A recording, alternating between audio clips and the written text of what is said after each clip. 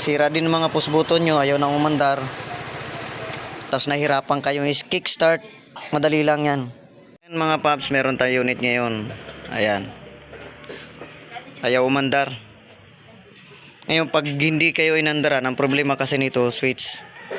So para malaman nyo or hindi kayo naandaran, nahirapan kayo sa kickstart, nahirapan ka gamitin tong kickstart na to. Kickstart nya balik, ganyan talaga to ulit, sadya, oo, pakabila. Yan, pag nahirapan kang gamitin, gantong gawin nyo. Buksan nyo yung bangko. Ayan, buksan nyo yung bangko.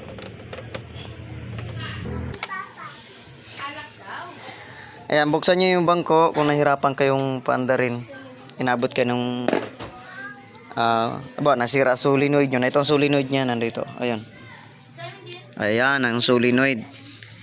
Pag nahirapan kayo, hindi kayo naandaran ng makina, namatay, nahirapan kayong i-kickstart, susi nyo, tapos gamit kayo ng flat screw.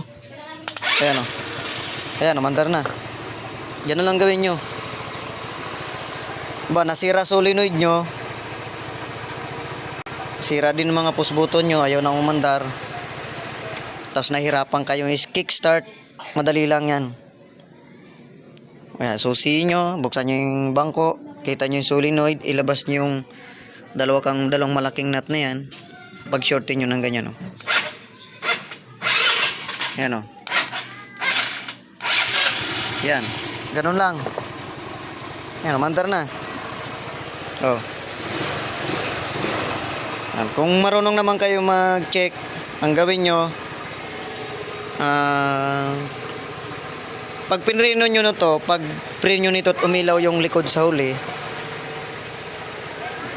ibig sabihin ito ang may problema, or yung switch sa may problema, or your solenoid. Ito ang problema talaga nito, itong switch. Kasi ganito ipakita ko sa inyo mga paps. Ayan, gantong gawin nyo. Ayan, kasi pamisan kasi may problema yung switch dito sa preno. Ito kasing motor na to, pag di mo prenino, di mo na brake switch, hindi gagana yung starting switch. Ayan, gantong gawin nyo, kugutin nyo yung wire dito, tapos pag shortin nyo ng ganito. Ayan, ibig sabihin switch to ng para to sa brake light dito. So wala siyang brake light sa likod, kaya hindi natin makita. Ngayon pag nagaganyan na, pindutin nyo itong switch. Ayan, pindutin nyo to. Pag ayaw gumana, itong may problema. Ito yung nare-repair, so tiklabin nyo lang tong ibabaw na to. Ayan, tapos may makikita kayo sa loob na contact point. Ayan, dyan sa loob. Ayan, contact point dyan sa loob. Lihahin nyo, tapos kabit nyo ulit. Kabit natin. Ayan ang kabit na natin. So sinuksok na natin. So try natin susi. Yan, okay. So ang problema lang nito, nakahugot to sa ilalim, sa mismong switch nya, brake switch. Ayan o. Okay, yung nalinis na rin natin tong switch. Nilinisan natin yan. Isa pa.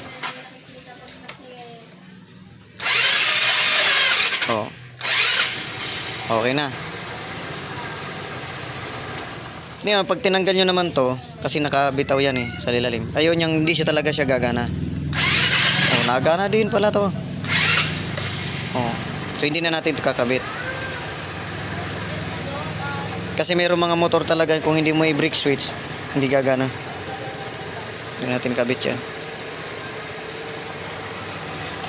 Isa pa ulit. Okay na. Basta ganun lang mga paps. Pag namatayan kayo, ayaw na umandar, nahirapan kayo kickstart, gato lang gawin nyo. Ayan o.